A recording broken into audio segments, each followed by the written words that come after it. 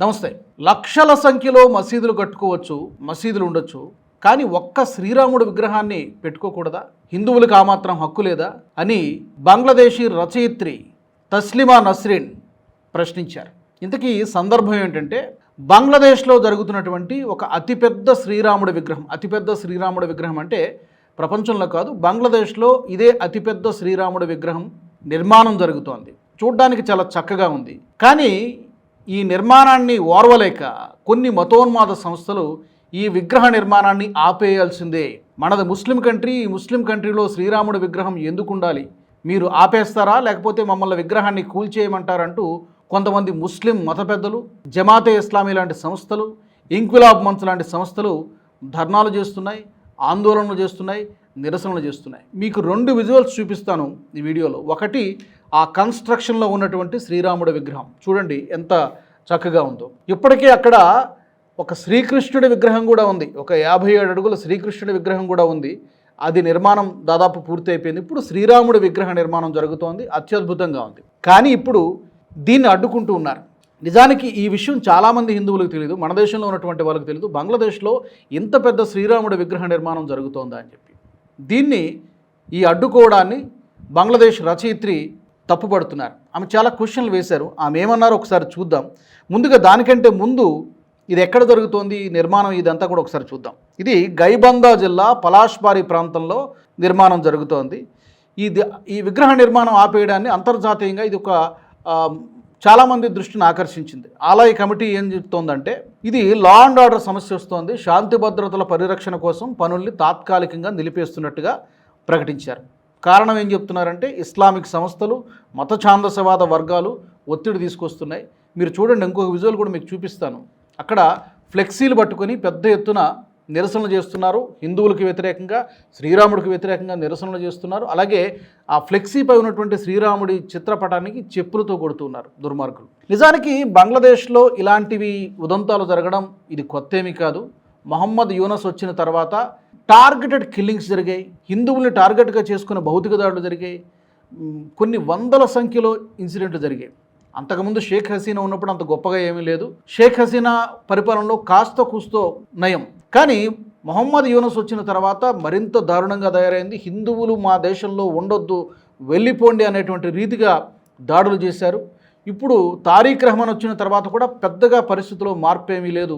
కాకపోతే దాడుల తీవ్రత కొంచెం తగ్గి ఉండవచ్చు. కానీ ఇప్పుడు ఇలాంటి ఉదాహరణ చూస్తే అక్కడ మైనారిటీల హక్కులు ఎంత దయనీయంగా ఉన్నాయో మనకు అర్థమవుతోంది.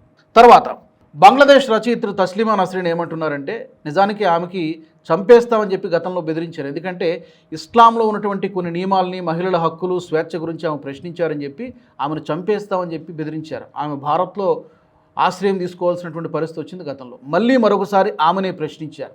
లక్షల సంఖ్యలో మసీదులు ఉండవచ్చు, ఒక్క శ్రీరాముడి విగ్రహం కట్టుకుంటే తప్పేంటి అని ఆమె క్వశ్చన్ చేశారు. అలాగే ఒమన్లో, ఇండోనేషియాలో, మలేషియాలో, యునైటెడ్ అరబ్ ఎమిరేట్స్లో కూడా పెద్ద పెద్ద హిందూ దేవాలయాలు ఉన్నాయి. మరి ఆ దేశాలు ఏవి కూడా మాకేమీ ఇబ్బంది లేదు అని చెప్పినప్పుడు మీకేం సమస్య వచ్చింది? బంగ్లాదేశ్లో ఉన్నటువంటి ప్రభుత్వానికి కానీ, బంగ్లాదేశ్లో ఉన్నటువంటి ఈ మత ఛాందసవాద సంస్థలకు లేదా రాజకీయ పార్టీలకు సమస్య ఏంటి అని చెప్పి తస్లిమా నస్రీన్ క్వశ్చన్ చేశారు. ఎందుకంటే మైనారిటీల మత స్వేచ్ఛను కాపాడేటువంటి బాధ్యత ప్రభుత్వానికి ఉన్నది. ఆ బాధ్యత మరి ప్రభుత్వం తీసుకుంటుందా లేదంటే తారీఖ్ రెహమాన్ ప్రభుత్వం అస్సలు తీసుకోవడం లేదు, అస్సలు రిస్క్ తీసుకోవడం లేదు. ఈ విగ్రహ నిర్మాణం జరిగితే ఇక్కడ లా అండ్ ఆర్డర్ సమస్య తలెత్తుతుంది, శాంతి భద్రతలు పరిరక్షించుకోవడం కష్టమవుతుంది. కాబట్టి ప్రస్తుతానికి ఈ నిర్మాణం ఆపేయండి అని చెప్పి అధికారులు ఆదేశాలు జారీ చేసినటువంటి పరిస్థితి. ఇది ఎక్కడ కడుతున్నారంటే శ్రీ శ్రీ రాధా గోవింద్ అలాగే కాళీ ఆలయ సముదాయంలో కడుతున్నారు. అది సనాతన్ కాంప్లెక్స్ అని కూడా అంటారు. అక్కడ గ్రూప్ ఆఫ్ టెంపుల్స్ ఉన్నాయి, హిందూ టెంపుల్స్. రాధా గోవింద్ అలాగే కాళీ ఆలయ సముదాయంలో ఈ భారీ శ్రీరాముడి విగ్రహాన్ని కడుతూ ఉన్నారు. అయితే ఇప్పుడు వాళ్ళ అభ్యంతరాలు ఏంటంటే, ఒకటి, మా దేశంలో ఇలాంటి విగ్రహ నిర్మాణం జరగకూడదు, ప్రాజెక్టు నిధులకు దీనికి డబ్బులు ఎక్కడి నుంచి వస్తున్నాయి, ఫండింగ్ ఎక్కడి నుంచి వస్తుంది, ఇంత పెద్ద సైజులో కట్టుకుంటే ఏదో ఒక 5 అడుగులు 10 అడుగులు కట్టుకోవాలి, కానీ ఇంత పెద్ద ఎత్తున శ్రీరాముడి విగ్రహం మా దేశంలో అవసరమా అని చెప్పి వాళ్ళందరూ కూడా అభ్యంతరాలు వ్యక్తం చేస్తూ ఉన్నారు. ఇస్లామిక్ సంస్థలు కానీ, జమాతే ఇస్లామీ కానీ ఇలాంటి సంస్థలన్నీ కూడా బెదిరిస్తూ ఉన్నారు. చాలా దారుణమైనటువంటి పరిస్థితి కనబడుతోంది. సో ఇక్కడ బంగ్లాదేశ్ హిందూ బౌద్ధ క్రిస్టియన్ యూనిటీ కౌన్సిల్ అని ఒకటి ఉంది. ఆ కౌన్సిల్ కూడా దీనికి సంబంధించి ఆందోళన వ్యక్తం చేస్తుంది. ఈ తరహా బెదిరింపులు మైనారిటీల్లో మరింత భయాందోళనలు పెంచుతున్నాయి.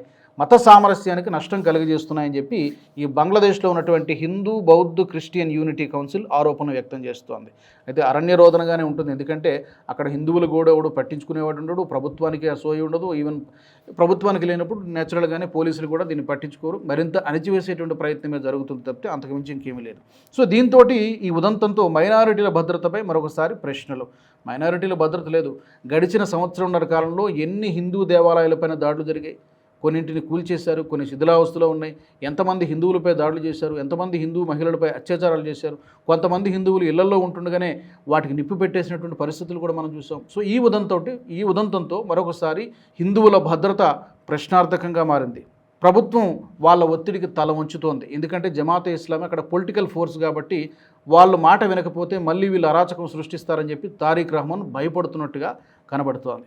సో ఇక్కడ ఇలాంటి ఉదంతాలు జరిగినప్పుడు ఏమనిపిస్తుందంటే, మీ అందరికీ గుర్తునే ఉంటుంది, పాకిస్తాన్లో జస్ట్ ఒక 2 వారాల కిందట అనుకుంటాను, పాకిస్తాన్ పంజాబ్ ప్రావిన్స్లో ఒక 15 ప్రాంతాలకి, కొన్ని వీధులు, కొన్ని ప్రాంతాలు, కొన్ని కూడళ్ళకి హిందూ పేర్లు పెట్టడానికి నిర్ణయం తీసుకుంది. హిందూ, సిక్కు, జైను ఈ పేర్లు పెట్టడానికి నిర్ణయం తీసుకుంది. లక్ష్మీ చౌక్ అని మనం ఒక వీడియో కూడా చేశాం. సరే, చాలామంది ఆశ్చర్యపోయారు, పాకిస్తాన్లో వీధులకి హిందూ పేర్లు ఏంటి అంటే పాకిస్తాన్ మంచి అబ్బాయిలాగా మారుతోందా అని చెప్పి తనకున్నటువంటి ఇమేజ్ని ఇంటర్నేషనల్గా డ్యామేజ్ చాలా జరిగింది. ఆ డ్యామేజ్ కంట్రోల్ కోసం ఏదో ప్రయత్నం చేసింది, కానీ అది కూడా జరగలేదు. అక్కడ కూడా ఈ మతోన్మాద సంస్థలు బెదిరింపులకు పాల్పడ్డాయి. మన ముస్లిం కంట్రీలో హిందూ పేర్లు ఏంటి, అది పెడితే మేము అగ్నిగుండం చేస్తాం, మొత్తం కూడా విధ్వంసం సృష్టిస్తామని చెప్పి అక్కడ ఉన్నటువంటి మతోన్మాద సంస్థలు ప్రభుత్వాన్ని బెదిరించాయి. దెబ్బతో అక్కడ పాకిస్తాన్లో, పంజాబ్లో కూడా సేమ్ అదే సీన్, అక్కడ కూడా ఆ పని జరగడం లేదు. ఇక్కడ బంగ్లాదేశ్లో కూడా ఈ రోజున శ్రీరాముడి విగ్రహం నిర్మాణం జరుగుతూ ఉంటే ఆల్మోస్ట్ ఇంకా పూర్తయిపోయే స్టేజ్లో ఉంది, దాన్ని కూడా నిర్మాణం జరగకుండా ఆపేస్తూ ఉన్నారు. కానీ ఒకటి అనిపిస్తూ ఉంటుంది ఏంటంటే, ఇన్ని అవమానాలను భరిస్తూ, ఇన్ని అవహేళనల్ని భరిస్తూ హిందువులు బంగ్లాదేశ్లో కానీ, పాకిస్తాన్లో కానీ, ఇంకెక్కడైనా కానీ, నేపాల్లో కానీ ఎందుకు ఉండాలి అనేటువంటి క్వశ్చన్ వస్తుంది. ఇలాంటి ఉదంతాలు జరిగినప్పుడు తప్పకుండా ఇజ్రాయెల్ని మనం ఎందుకు ఆదర్శంగా తీసుకోకూడదు? ఇజ్రాయెల్ ఒకటే చెప్తుంది, ప్రపంచంలో ఏ దేశంలో జ్యూస్ ఉన్నా కూడా, యూదులు ఉన్నా కూడా వెల్కమ్, రండి, మేము చూసుకుంటాం, మీ భద్రత, మీ బాధ్యత మాది అని చెప్పి నిర్భయంగా చెప్పగలుగుతుంది. ఇది యూదుల దేశం, వెల్కమ్ అంటూ ప్రపంచంలో ఏ దేశంలో ఉన్నా కూడా వెల్కమ్ చెప్తోంది. కానీ మన దేశం అలా చెప్పలేకపోతుంది. ఎందుకంటే హిందువులకి ప్రపంచంలో ఏదైనా ఒక దేశం ఉన్నదంటే భారతదేశం మాత్రమే. కానీ ఈ భారతదేశం కూడా ఈ రోజున హిందువులందరినీ కూడా మనం ఆదుకోలేనటువంటి పరిస్థితి. పోనీ ఎక్కడో సుదూర ప్రాంతాల్లో ఉన్నారంటే కాదు, మన పక్కనే ఉన్నారు, బంగ్లాదేశ్ పక్కనే ఉంది పాకిస్తాన్. అలాగే ఈ 2 దేశాల్లో ఉన్నటువంటి హిందువుల్ని ఆదుకోవాల్సినటువంటి నైతిక బాధ్యత మనకి లేదా? చూస్తూ కూర్చోవాలా? ఈ క్వశ్చన్ డెఫినెట్గా వస్తుంది. ఎందుకంటే కొద్ది రోజుల కిందట మనం ఒక వీడియో చేశాం, చిన్మయ కృష్ణదాస్ గారిని జైల్లో పెట్టి 500 రోజులు అవుతుంది, 500 రోజులు దాటేసింది, ఆయనకి ఇంతవరకు బెయిల్ రాలేదు. ఆయన ఏం చేసిన తప్పేంటి? నేషనల్ ఫ్లాగ్ని అవమానించారని చెప్పి ఒక రాంగ్, తప్పుడు ఆరోపణలు ఆయనపై పెట్టేసి ఇంతవరకు ఆయనకి బెయిల్ రాకుండా చేశారు. ఎవరో ఒక లాయర్ ఆయన తరపున వాదించడానికి ముందుకు వస్తే ఆయన్ని చంపేశారు. ఇంకా మరొక లాయర్లు ఒకరో ఇద్దరు వచ్చినప్పుడు వాళ్ళని కూడా బెదిరిస్తున్నారు, నువ్వు ఆయన తరపున వాదిస్తే నిన్ను కూడా చంపేస్తావు, నీ కుటుంబాన్ని చంపేస్తావు అని చెప్పి బెదిరించారు. సో ఇప్పటికీ కూడా చిన్మయ కృష్ణదాస్, ఒక హిందూ ఇస్కాన్ మోంక్, ఆయన జైల్లోనే మగ్గిపోతున్నారు. ఆయన పరిస్థితి ఎప్పుడు రిలీజ్ అవుతారో తెలియదు. ఇలాంటి ఉదంతాలు, సందర్భాలు ఇవన్నీ చూసినప్పుడు తప్పకుండా ఒకటి కలుగుతుందంటే, వీళ్ళందరినీ కూడా, ఈ హిందూ సోదరులందరినీ కూడా, సోదరీమణులందరినీ కూడా మన భారతదేశానికి ఎందుకు తెచ్చుకోకూడదు? వాళ్ళకి ఆశ్రయం కల్పించలేమా? మనం ఓన్ చేసుకోలేమా? 142 కోట్ల మంది జనాభా ఉన్నటువంటి దేశంలో వీళ్ళు ఎక్కువైపోతారు అనేటువంటి సమస్య వస్తుంది. అఫ్కోర్స్ సాంకేతికంగా కొన్ని సమస్యలు ఉండవచ్చు, కొన్ని సర్దుబాట్లు ఇవన్నీ ఉండవచ్చు. ఫస్ట్ ఆఫ్ ఆల్ ఆ ప్రయత్నం ఏమైనా సిన్సియర్గా జరుగుతుందంటే అది ఒక పెద్ద క్వశ్చన్ మార్క్ లాగానే కనబడుతుంది. మరి దీనికి సంబంధించి ఇజ్రాయెల్ని మనం ఆదర్శంగా ఎందుకు తీసుకోకూడదు?